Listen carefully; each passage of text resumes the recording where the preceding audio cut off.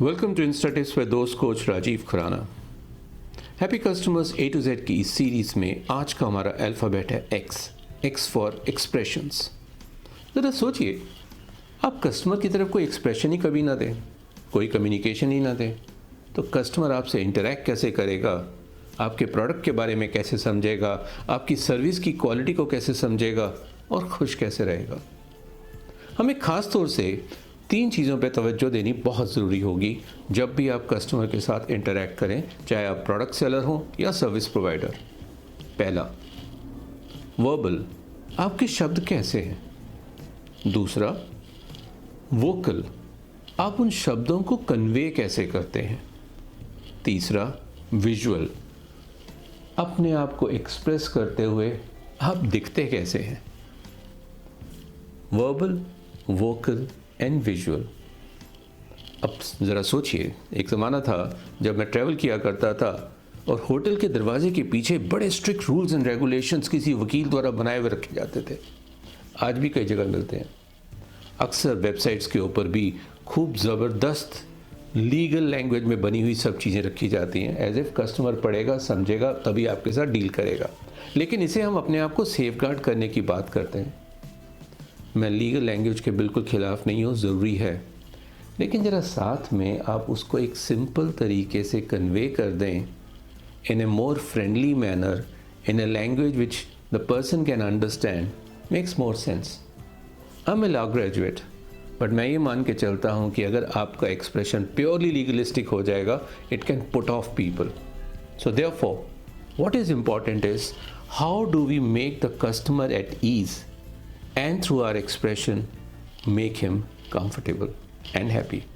तो चलिए मैं आपके साथ कुछ पॉइंट्स एक वर्ड के ऊपर ही मेरा जो सिग्नेचर स्टाइल है एक्रोनिम डेवलप करके बात करता हूँ, एक्सप्रेस।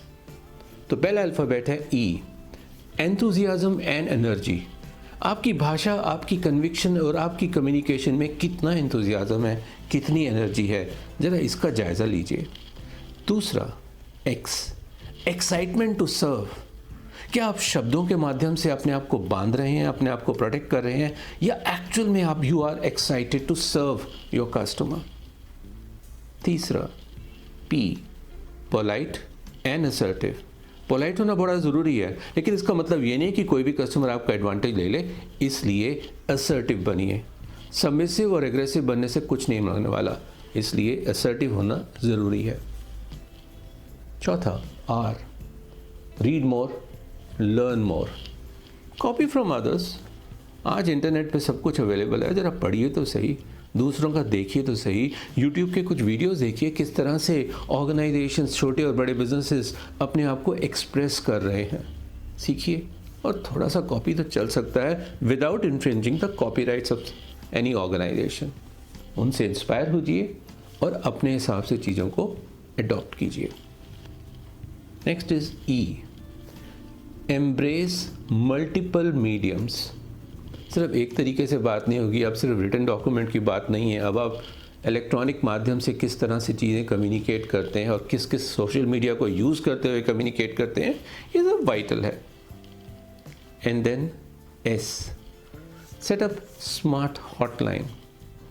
वैसे तो हम कहते हैं कि हम कस्टमर इज़ द किंग, लेकिन उसके लिए अगर आप टाइमिंग सेट करके रखोगे तो कैसे बात होगी। कोई एक नंबर रख लीजिए, कभी कस्टमर को तकलीफ हो आप तक पहुंच तो जाए 24/7 and not through a robot. What is important is there has to be a person behind so that the customer feels comfortable, easy and happy. And finally S, simplify your expression। बड़ा cumbersome मत बनाइए, क्योंकि our objective is to express and not to impress. और जब आप express करें तो express करें कस्टमर की भाषा में।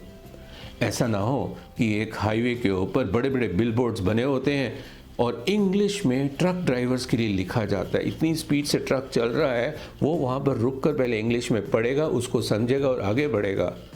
ये प्लीज़ अपनी एड एजेंसी को भी बोलिए कि कस्टमर की भाषा को समझिए और उसको उसकी भाषा में कम्युनिकेट कीजिए।